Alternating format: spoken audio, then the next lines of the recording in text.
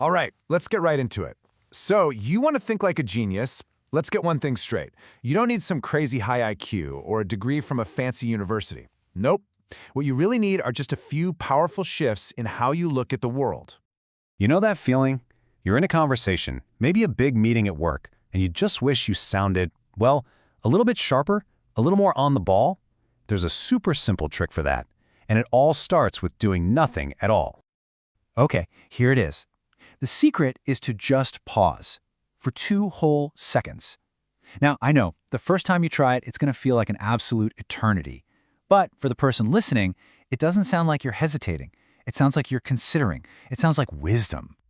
And here's the really cool part, the psychology behind it. That little gap tells everyone you're not just blurting out the first thing that pops into your head. You're actually thinking. It gives your brain just enough time to skip past that impulsive, knee-jerk reaction and find the better, more precise words. That 2-second pause? It's way more than just a cool conversation hack. It's really a doorway into a much bigger idea. In fact, it's the first of 6 mental shifts we're going to break down today. So seriously, try it in your next chat. You'll be amazed at how quickly people start seeing you as more thoughtful. Now, let's get into the others. So, let's jump into our first 2 shifts. They're both about this one core idea.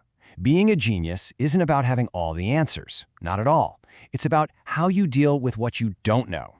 From the time we're kids, we're taught to have the right answer, right? But breakthrough thinkers, they totally flip that script. They're not the ones with the fastest answer. They're the ones who ask the question that makes the entire room just stop and think. It's about shifting from ego to just pure curiosity. And nobody said this better than Albert Einstein. Think about that.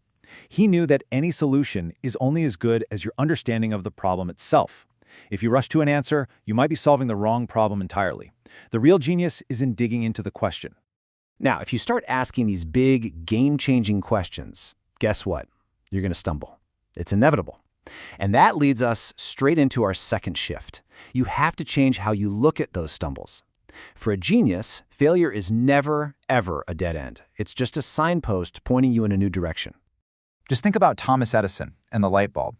He famously had thousands of experiments that failed, but he didn't see it that way. He saw it as finding thousands of ways not to make a light bulb.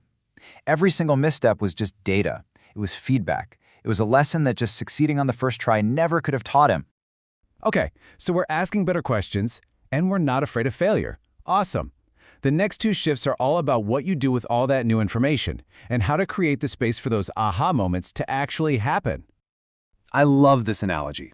Think of your knowledge like a bunch of separate islands. A lot of people are just happy collecting more and more islands. But a genius? A genius is a bridge builder. They see the hidden links, the connections between those islands that turn isolated facts into this powerful, interconnected network of ideas. And do you know who was an absolute master of this? Steve Jobs. He famously talked about how taking a calligraphy class in college seemed totally random. But years later, he connected that knowledge of beautiful lettering to the first Macintosh computer, and it completely changed personal computing forever. It was a connection nobody else was making. So how can you do this? Well, you've got to get out of your bubble. You have to feed your brain all sorts of different stuff. If you're in business, go read about psychology. If you're a scientist, study art history. The more varied the dots are, the more original and creative the lines you can draw between them. But here's the thing. You can't make any of these brilliant connections if your mind is just noisy. The constant buzz of notifications, social media, a million opinions, it kills real insight. It drowns out those quiet little thoughts where genius is born. You have to protect your focus like it's a fortress. And boom, this brings us right back to where we started. That 2-second pause is a micro version of embracing silence. An instant reaction, that's usually your ego talking, and you miss the details. But that pause, that's a moment of stillness. It allows a confident, fully formed thought to come out. It's a tiny, daily practice for guarding your focus. All right, let's get to our final 2 shifts. These are the ones that take you from just being clever to being truly visionary. This is all about where you aim your thinking. You know who's amazing at this? Kids. They haven't learned all the rules and limits yet, so they just ask these incredible questions without fear. What if cars could drive by themselves? What if I could see the person I'm talking to on the phone? As adults, we stop doing that. But innovators, they never stop asking what if. And here we are, the final shift. And honestly, this might be the most important one of all. Because being the smartest person in the room is totally pointless if you don't have a direction. True genius connects intelligence to a mission, a bigger purpose. Just look at these names. Their work wasn't just some intellectual game. They were driven by something huge, unlocking the secrets of the universe, fighting disease, securing the future of humanity.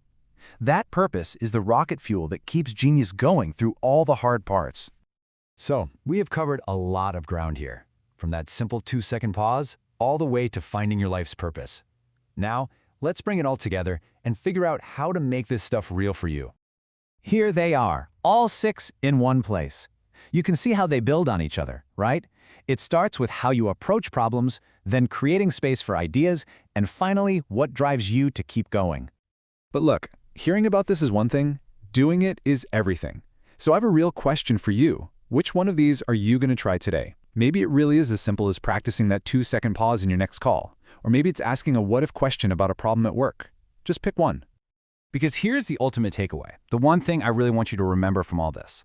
We have to get rid of this idea that genius is some magical thing you're either born with or you're not. It's a process. It's a set of habits. It's a choice you make about how to engage with the world. And that means it's something anyone, and I mean anyone, can get better at. So the only question left is, are you ready to start